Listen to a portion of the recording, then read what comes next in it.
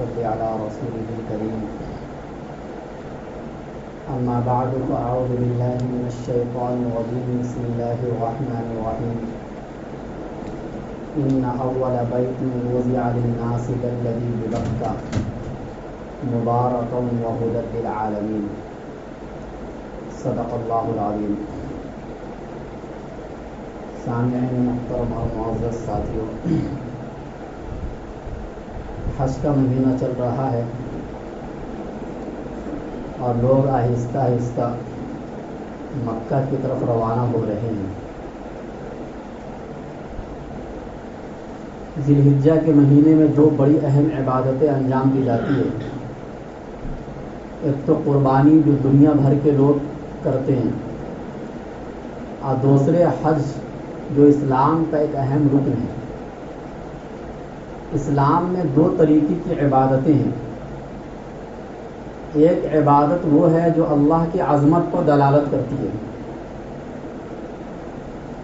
تواضع پر دلالت کرتی ہے، انکسار اور تذلل پر دلالت کرتی ہے. دوسری عبادت وہ ہے جو اللہ تعالیٰ سے محبت اور عشق پر دلالت کرتی ہے. اور دونوں عبادتوں کو انجام دینے کا طریقہ بھی الگ الگ ہے. نماز ایک ایسی عبادت ہے جس میں اللہ کے سامنے آپ کو بہت ہی تواضع اور انکساری کے ساتھ کھڑا ہونا ہے. یہ عظمت پر دلالت کرتی ہے یہ عبادت.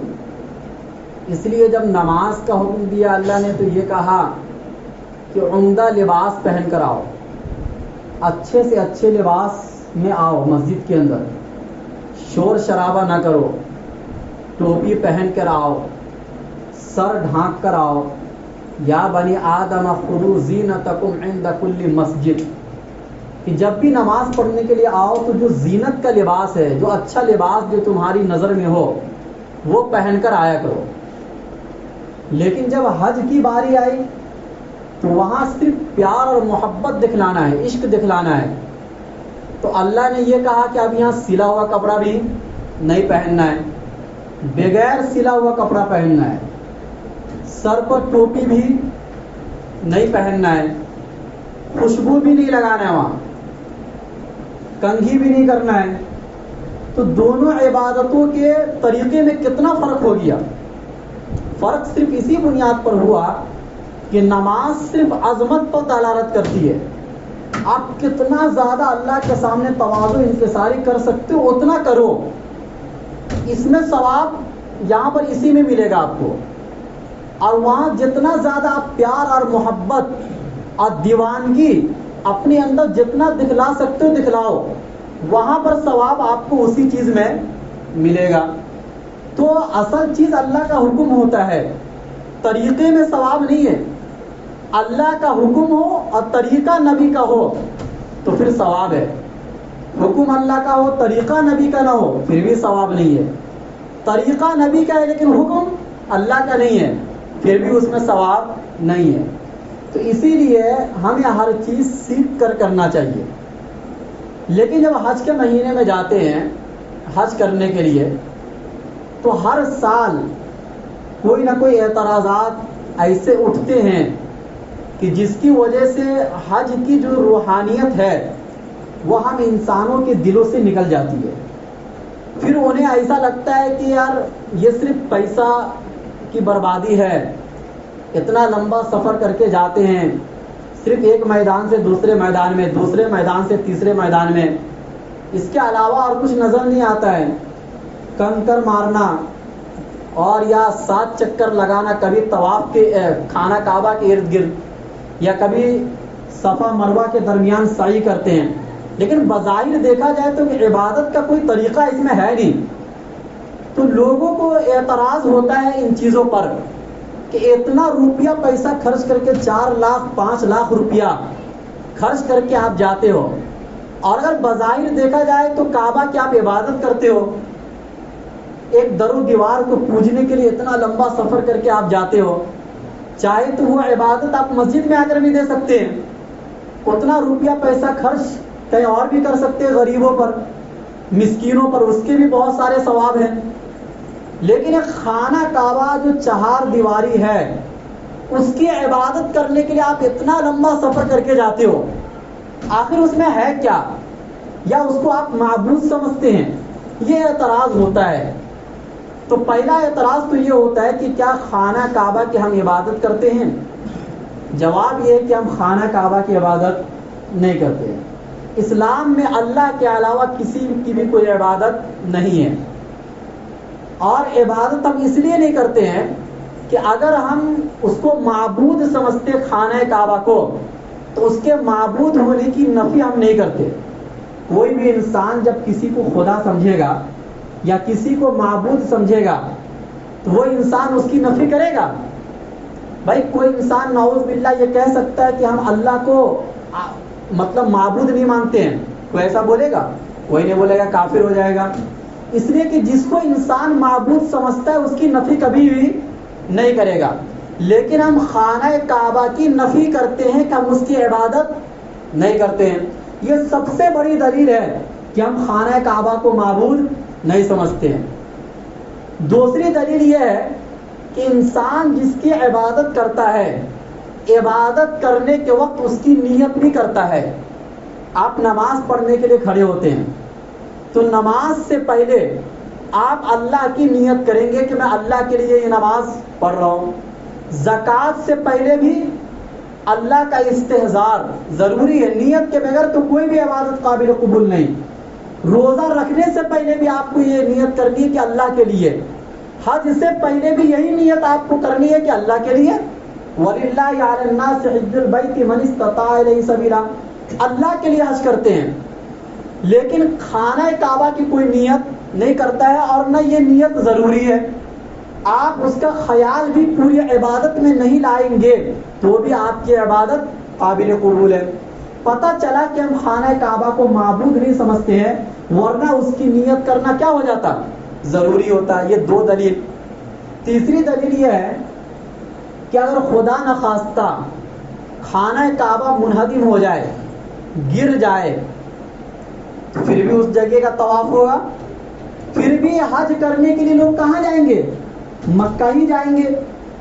اگر جیسے قیامت کے قریب یہ علامت اللہ کے نبی نے بتلائی کہ زمانہ ایسا آئے گا کہ خانہ کعبہ کو توڑ دیا جائے گا، ایک ایک اینٹ جو وہاں سے ختم ہو جائے گی، لیکن طواف اس کے بعد بھی ہوگا، وہاں عبادت اور حج اس کے بعد بھی لوگ کریں گے۔ تو اگر ہمارے ذہن میں یہ ہوتا کہ ہم خانہ کعبہ کی عبادت کرتے ہیں تو منہدم ہو جانے کے بعد یا خانہ کعبہ کے گر جانے کے بعد حج نہیں ہونا چاہیے یا اس جگہ کا طواف نہیں ہونا چاہیے۔ لیکن اگر وہاں کی حکومت ظالم آ جائے اور وہ خانہ کعبہ کو گرا دے، خدا نخواستہ، پھر بھی ہم حج کے لیے وہیں جائیں گے اور پھر بھی ہم اس جگہ کا طواف کریں گے۔ پتہ چلا خانہ کعبہ کی ہم عبادت نہیں کرتے ہیں۔ چوتھی دلیل یہ ہے کہ جس کو انسان معبود سمجھتا ہے اس کے اوپر انسان چڑھتا نہیں ہے، اس کے اوپر چڑھنا معبود کی توہین ہے۔ لیکن خانہ کعبہ کے چھت پر چڑھنا یا اس کے چھت پر چڑھ کر نماز پڑھنا یا اذان دینا تمام فقہا کے نزدیک جائز ہے۔ اگر ہم اس کو معبود سمجھتے تو کیا اس پر چڑھ کر اذان دینا یا اس پر چڑھ کر عبادت کرنا جائز ہوتا؟ اور یہ ثبوت تو خود اللہ کے نبی کے زمانے سے ملتی ہے۔ جب مکہ فتح ہوا تھا تو ابو داؤد المراسل فی ابی داؤد کے اندر یہ حدیث آتی ہے کہ حضرت بلال رضی اللہ تعالیٰ عنہ کو اللہ کے نبی نے حکم دیا کہ خانہ کعبہ کی چھت پر چڑھ جاؤ اور وہاں سے اذان دو۔ چنانچہ وہ خانہ کعبہ کی چھت پر چڑھے اور فتح مکہ کے موقع پر جہاں تمام بڑے بڑے سردار موجود تھے، حضرت بلال حبشی کو یہ مقام اور مرتبہ ملا کہ وہ اوپر چڑھ کر اذان دیے۔ اگر اس کو ہم معبود سمجھتے، اگر ہم اس کی عبادت کرتے تو اس کے اوپر چڑھنا ہمارے لیے جائز نہیں ہوتا، کیونکہ یہ معبود کی توہین ہے۔ اسی طرح خانہ کعبہ کے اندر جا کر نماز پڑھنا آج بھی ہوتا ہے خاص خاص مواقع پر۔ اگر ہم اس کو عبادت معبود سمجھتے تو اس کے اندر جا کر ہم عبادت نہیں کرتے۔ بہرحال یہ چار دلیل ہے جس سے یہ سمجھ میں آتا ہے کہ خانہ کعبہ کو ہم معبود نہیں سمجھتے ہیں۔ اگر معبود سمجھتے تو ہم یا تو عبادت کرنے میں اس کی نیت کرتے ہیں، یا یہ کہ ہم اس کے چھت پر چڑھ کر نماز نہیں پڑھتے یا اذان نہیں دیتے، یا یہ کہ خانہ کعبہ کے منہدم ہو جانے کے بعد ہم اس جگہ کی عبادت نہیں کرتے، لیکن ایسی کوئی بھی بات نہیں ہے۔ دوسرا اعتراض یہ ہوتا ہے کہ جو حجر اسود ہے آپ اس کو چومتے ہیں، ایک پتھر کو چومنا تو آپ کے نزدیک بھی ہے، تو گویا کہ آپ بھی اس کو معبود سمجھ رہے ہیں، آپ کے یہاں بھی یہ تصور پایا جا رہا ہے پتھر کو چومنے کا یا استلام کرنے کا، یا جس طریقے سے بھی اگر بھیڑ بھاڑ نہ ہو تو آدمی تو اس کو چومتا ہی ہے، اور اگر بھیڑ بھاڑ ہو تو دور سے استلام کرتے ہیں، یعنی اس کا اکرام کرتے ہیں، اس کی تعظیم کرتے ہیں۔ ایک پتھر کی تعظیم آپ کے نزدیک اتنا زیادہ کیوں ہے؟ آپ تو ان چیزوں کو ویسے بھی ویلو نہیں دیتے ہیں۔ تو اس کا جواب یہ ہے کہ دیکھو، کبھی کسی کا بوسہ لینا یا کسی کا استلام کرنا محبت کی بنیاد پر بھی ہوتا ہے، کبھی معبود سمجھ کر ہوتا ہے۔ دنیا میں جو اور لوگ پتھروں کی عبادت کرتے ہیں یا اس کو چومتے ہیں معبود سمجھ کر، اور حجر اسود کا ہم استلام کرتے ہیں یا بوسہ لیتے ہیں تو معبود سمجھ کر نہیں بلکہ محبت میں لیتے ہیں۔ یا ایسا ہی ہے جیسے آدمی اپنی ماں کے پیشانی پر بوسہ لے لے، یا آدمی اپنی بیوی کا بوسہ لیتا ہے، تو اس کا یہ مطلب تو نہیں ہے کہ آدمی اپنی بیوی کی عبادت کرتا ہے، وہ معبودہ بن گئی، بلکہ یہ محبت میں لیا جاتا ہے۔ سوال یہ ہوتا ہے کہ آپ کو حجر اسود سے اتنی محبت کیوں ہے؟ تو ہر سوال کا جواب سامنے والے کو پوچھنے کا حق نہیں ہے۔ یہ ایسا نہیں کہ جواب نہیں، ابھی میں جواب دوں گا اس کا انشاءاللہ۔ یہ ایسا ہی ہے کہ آپ نے یہ کہا کہ میں بیوی کا بوسہ اس لیے لیتا ہوں کہ ہمیں بیوی سے پیار ہے، سامنے والا پلٹ کے سوال کر رہا ہے کہ آپ کو پیار کیوں ہے، تو یہ سوال کا حق سامنے والے کو نہیں ہے۔ دیکھو، ہر سوال کا جواب مخاطب کو دیا نہیں جاتا ہے، کچھ سوال کا جواب دائرے میں اندر آنے کے بعد خود بخود سمجھ میں آ جاتا ہے۔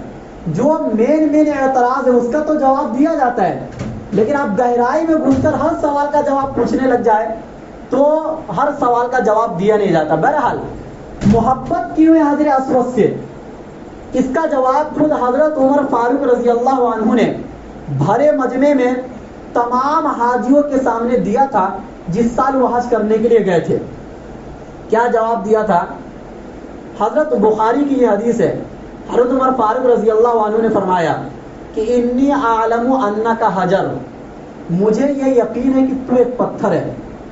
اگر ہم اس کی عبادت کرتے تو اس کو ایسا بولتے کہ مجھے یقین ہے کہ تو ایک پتھر ہے، لا تنفع ولا تضر، تو نہ نفع دے سکتا ہے اور نہ نقصان دے سکتا ہے۔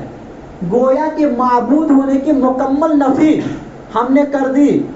دنیا کے اور لوگ اگر پتھر کو چومتے ہیں تو یا تو نفع کی حیثیت سے یا نقصان کی حیثیت سے، یعنی یا تو نقصان نہ پہنچے اس سے نفع پہنچے، لیکن عمر فاروق نے تمام مجمع کے سامنے یہ کہہ دیا حجر اسود سے کہ لا تنفع ولا تضر، تو نہ نفع دے سکتا ہے اور نہ نقصان دے سکتا ہے۔ رہا مسئلہ میں تیرا بوسہ کیوں لے رہا ہوں، ولولا انی رأیت رسول اللہ صلی اللہ علیہ وسلم یقبلک ما قبلتک، کہ اگر میں نے رسول اللہ صلی اللہ علیہ وسلم کو بوسہ لیتے ہوئے نہ دیکھتا تو میں تیرا بوسہ نہیں لیتا۔ پتہ چلا کہ ہم نبی کے عشق میں، اور اصل ہمیں جو پیار ہے وہ نبی سے پیار ہے، اور نبی نے اس چیز کا بوسہ لیا ہے اس لیے ہم بھی اس کا بوسہ لیتے ہیں۔ اور یہ بوسہ لینا نبی کا پیار اور محبت میں معبود سمجھ کر نہیں ہے، کیونکہ نبی کے منشا کو صحابہ سب سے زیادہ سمجھتے تھے اور حضرت عمر فاروق تو سب سے زیادہ سمجھتے تھے، اس لیے انہوں نے مکمل نفی کر دی کہ تو نہ نفع دے سکتا ہے اور نہ نقصان دے سکتا ہے۔ رہا مسئلہ یہ کہ اللہ کے نبی صلی اللہ علیہ وسلم نے بوسہ کیوں دیا، آخر محبت کی کوئی تو وجہ ہوگی۔ اس پتھر کے ساتھ آخر کیا خصوصیت ہے کہ طواف کی ابتدا بھی وہاں سے ہوتی ہے اور اسی طریقے سے اس کا بوسہ بھی لیا جاتا ہے۔ تو اس کی 3 فضیلت حدیث کے اندر آتی ہے اور تینوں ترمذی شریف کی حدیث ہے۔ پہلی حدیث تو یہ ہے کہ اللہ کے نبی صلی اللہ علیہ وسلم نے فرمایا کہ حجر اسود جو ہے یہ جنت سے آیا ہے۔ کہاں سے آیا ہے؟ نزل الحجر الاسود من الجنہ، حجر اسود یہ جنت سے اترا ہے۔ پھر اس کے بعد اللہ کے نبی صلی اللہ علیہ وسلم نے فرمایا وَهُوَ أَشَدُّ بَيَاضًا مِنَ اللَّبَنِ، جب یہ اترا تھا تو دودھ سے زیادہ سفید تھا حجر اسود. فَسَوَّدَتْهُ خَطَايَا بَنِي آدم، اس کو کالا کر دیا انسانوں کے گناہوں نے. انسان جب اس کو چومنا شروع کیا، اور ہر انسان تو فرشتہ ہوتا نہیں ہے، گنہگار بندے بھی جاتے ہیں، ان کے گناہوں نے اس پتھر کو کالا کر دیا. تو پہلی بات تو یہ کہ جنت سے اترا ہے، اور جنت کی ہر چیز سے ہمیں کیا ہے؟ پیار ہے. رہا مسئلہ یہ کب اترا، کیوں اترا، یہ تو اس حدیث کے اندر نہیں ہے. تاریخ کی کتابوں میں آتا ہے کہ جب حضرت آدم علیہ السلام جنت سے آئے تو نشانی کے طور پر وہ پتھر بھی لے کر آئے تھے. بہرحال یہ تاریخ کی کتاب میں ہے، لیکن اتنی بات یقینی ہے کہ یہ پتھر جنت سے اترا ہے. دوسری حدیث جو اللہ کے نبی صلی اللہ علیہ وسلم نے فرمایا کہ ان الرکن والمقام یاقوتتان من یاقوت الجنہ، کہ مقام ابراہیم اور یہ حجر اسود یہ دونوں جنت کی ہیروں میں سے دو ہیرے ہیں. طمس اللہ نورہما، اللہ نے ان دونوں کے نور کو، چمک کو ختم کر دیا جو جنت میں تھی. وَلَوْ لَمْ يَطْمِسْ نُورَهُمَا لَأَضَاءَتْ مَا بَيْنَ الْمَشْرِقِ وَالْمَغْرِبِ، کہ اگر اللہ تعالیٰ اس کے نور کو سلب نہ کرتے، ختم نہ کرتے، تو زمین اور آسمان کے درمیان جتنی بھی چیزیں ہیں سب کو یہ حجر اسود کیا کر دیتا؟ روشن کر دیتا. لیکن اللہ کو یہ مقصود نہیں تھا دنیا میں، کیونکہ جنت کی نعمتوں کا دیدار ہمیں جنت میں جا کر ہوگا، دنیا میں نہیں ہوگا. لیکن اس سے بھی یہ سمجھ میں آیا کہ یہ بہت اہمیت والا پتھر ہے، جنت کی نشانی ہے، اور جنت کے ہیروں میں سے کہ ہیرا ہے یہ. اور ایک تیسری حدیث کے اندر اللہ کے نبی نے فرمایا کہ واللہ لَيَبْعَثَنَّهُ اللَّهُ يَوْمَ الْقِيَامَةِ، اللہ کی قسم قیامت کے دن اللہ تعالیٰ ضرور بھی ضرور اس حجر اسود کو اٹھائیں گے. کیا کریں گے؟ اٹھائیں گے. پھر ہوگا کیا؟ لَهُ عَيْنَانِ يُبْصِرُ بِهِمَا، اس حجر اسود کے دو آنکھ ہوں گے جس سے یہ لوگوں کو دیکھے گا. وَلِسَانٌ يَنطِقُ بِهِ، اس کے پاس ایک زبان ہوگی جس سے یہ بولے گا، حجر اسود بولے گا. یشہد علی من استلمہ بحق، یہ گواہی دے گا ہر اس شخص کے حق میں جو حجر اسود کو چوما ہوگا یا اس کا استلام کیا ہوگا تعظیم کے ساتھ. کس کے ساتھ؟ تعظیم کے ساتھ. پتہ چلا حجر اسود کو چومنے کی وجہ کیا ہے کہ قیامت کے دن اس پتھر کو اللہ تعالیٰ دو آنکھ بھی دیں گے جس سے یہ پہچان لے گا کہ کون کون مجھے چوما ہے. اللہ زبان بھی دیں گے جس کے ذریعے سے یہ حجر اسود یہ گواہی دے گا کہ فلاں بندہ اخلاص کے ساتھ، تواضع اور انکساری کے ساتھ اور اللہ کی محبت میں مجھے چوما ہے، اور فلاں بندے نے دکھلاوے کے لیے یا لوگوں کو بتلانے کے لیے مجھے چوما ہے. یہ صلاحیت اللہ تعالیٰ حجر اسود کو قیامت کے دن دیں گے. پتہ چلا ان تین فضیلتوں کی بنیاد پر ہم حجر اسود کا بوسہ لیتے ہیں، یعنی محبت میں اور فضیلت میں، نہ یہ کہ حجر اسود کو ہم معبود سمجھتے ہیں. تاریخ میں ایک واقعہ ملتا ہے، واقعہ یہ ملتا ہے البدایہ والنہایہ کے اندر علامہ ابن کثیر نے یہ واقعہ لکھا ہے کہ کرامتی بادشاہ تھا کسی شہر کا. وہ آیا اور بہت اس نے مکہ میں ظلم و ستم کیا، حتیٰ کہ اس نے کعبے کو نقصان پہنچایا اور اس کے پردے کو اس نے پھینک دیا، اور بھی بہت ساری چیزوں کو اس نے توڑ تاڑ دیا. اور جو حجر اسود لگا ہوا تھا اس کو اس نے چوری کر لیا اور اپنے ملک لے کے چلا گیا، اور کئی سالوں تک اس کے ہی پاس وہ حجر اسود رہا. لیکن اس کے باوجود بھی لوگ مکہ جاتے تھے اور حج کرتے تھے. اس زمانے کے بہت بڑی فقیہ سے یہ فتویٰ پوچھا گیا کہ حجر اسود نہیں ہے تو پھر کیا کیا جائے. انہوں نے کہا کہ اگر حجر اسود آ گیا ہوگا تو اس کا استلام کر لینا، نہیں آیا ہوگا تو کوئی بات نہیں، آپ 7 چکر پھر بھی لگا لینا اس جگہ کا، کیونکہ طواف کرنے کی ابتدا وہاں سے ہے. اس کا چومنا یا اس کا استلام کرنا حج میں ایسی چیز نہیں ہے کہ جس کے چھوڑنے پر آپ کا حج مکمل نہیں ہوگا.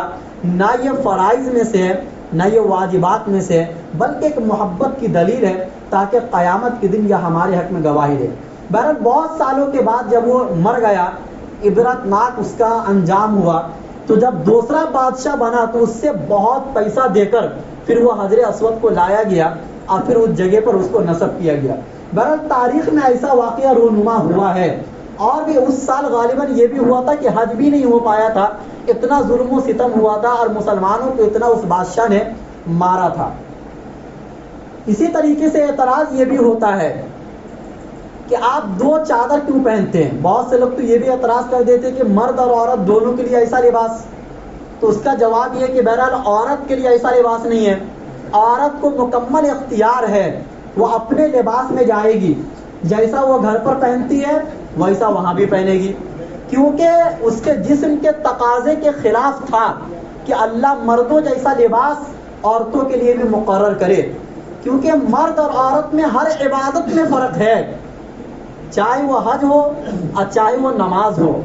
جو لوگ فرق کے قائل نہیں ہیں وہ حج کے موقع پر جا کر فرق کو مان لیتے ہیں کہ بہت سی جگہوں پر اگرچہ وہ مسئلہ حدیث میں نہیں ہے لیکن امت کا اجماع ہے کہ حج کے بہت سے مسائل میں مرد اور عورت کے درمیان فرق ہے، جیسے کہ صفا اور مروہ کے درمیان تھوڑا تیز دوڑنا ہوتا ہے، لیکن مرد تیز دوڑیں گے، عورت تیز نہیں دوڑتی ہے، حالانکہ جس کی سنت کو ہم ادا کرتے ہیں وہ ایک عورت کی سنت ہے اور وہ تیز دوڑی تھی، لیکن عورت کے پردے کے خلاف ہے اس کا تیز دوڑنا، اور یہ مسئلہ حدیث میں نہیں ہے، کہیں بھی حدیث میں نہیں لکھا ہے کہ عورت وہاں پر آہستہ چلے گی اب مرد تیز دوڑے گا، بلکہ اللہ کے نبی تیز دوڑے تھے تو اس کا تقاضا یہ تھا کہ مرد اور عورت دونوں تیز دوڑتے، کیونکہ اللہ کے نبی نے فرمایا تھا کہ حج اسی طرح کرنا جیسے تم مجھے کرتے ہوئے دیکھ رہے ہو، جیسے کہ نماز کے بارے میں فرمایا تھا کہ اسی طرح نماز پڑھنا جیسا تم مجھے نماز پڑھتے ہوئے دیکھتے ہو۔ لیکن صحابہ منشا کو سمجھتے تھے کہ ہر مسائل میں مرد اور عورت کے درمیان فرق نہیں کیا جا سکتا ہے، وہ مسائل جو سطر کے خلاف ہے اس میں عورت کے مسائل الگ ہوتے ہیں اور مرد کے مسائل الگ ہوتے ہیں، تیز دوڑنے میں پردے کے خلاف ہو سکتا تھا، اس لیے امت کا یہ اجماعی مسئلہ ہے کہ عورت تیز نہیں دوڑے گی بلکہ مرد تیز دوڑے گا۔ اسی طرح جب طواف کرتے ہیں تو مرد تیز آواز سے لبیک اللہم لبیک کہتا ہے، لیکن عورت آہستہ آہستہ آواز سے۔ اسی طریقے سے 3 چکروں میں رمل ہوتا ہے لیکن عورت کے لیے رمل نہیں ہے، یعنی سینہ نکال کر چلنا یہ سنت ہے، لیکن کیا سینہ نکال کر عورت بھی چلے گی؟ بالکل نہیں چلے گی، اس کے پردے کے خلاف ہے، بلکہ یہ تو بے حیائی کے خلاف ہے کہ خانہ کعبہ میں پہنچ کر عورت سینہ نکال کر چل رہی ہے۔ لیکن یہ وہ مسائل ہے جس پر امت کا اجماع ہے، قرآن اور حدیث میں یہ مسائل آپ کو نہیں ملیں گے۔ پتہ چلا ہر مسئلہ قرآن اور حدیث میں نہیں ہے، امت کے بڑے بڑے فقہا اور علماء نے جن مسائل پر اجماع کیا ہے ان مسائل کو بھی قرآن اور حدیث کے ہی مسائل کہے جائیں گے۔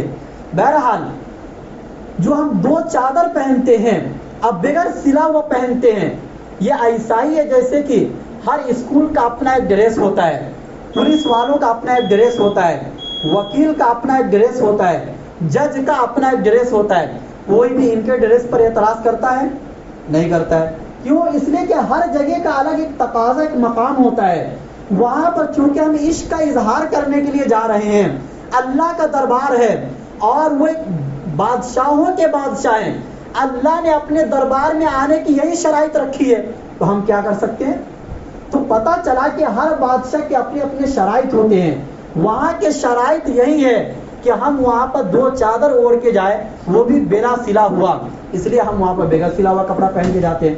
اچھا یہ ایک بات لوگ یہ بھی اعتراض کرتے ہیں کہ مکہ اور مدینہ جانے کی ہر کسی کو اجازت کیوں نہیں ہے، یعنی ہر آدمی مکہ اور مدینہ نہیں جا سکتا ہے، صرف مسلمان جا سکتے ہیں، یہ بھی ایک اعتراض ہوتا ہے۔ اس کا جواب یہ ہے کہ دنیا کے ہر ملک کے اندر ایک قانون ہوتا ہے کہ ہر جگہ پر ہر آدمی نہیں جا سکتا ہے۔ آپ پارلیمنٹ میں جا کے بیٹھ سکتے ہیں، بھائی اس کے لیے آپ کو میدان میں پہلے اترنا پڑے گا، آپ کو جیتنا پڑے گا، اس کے بعد آپ وہاں جا کر بیٹھ سکتے ہیں۔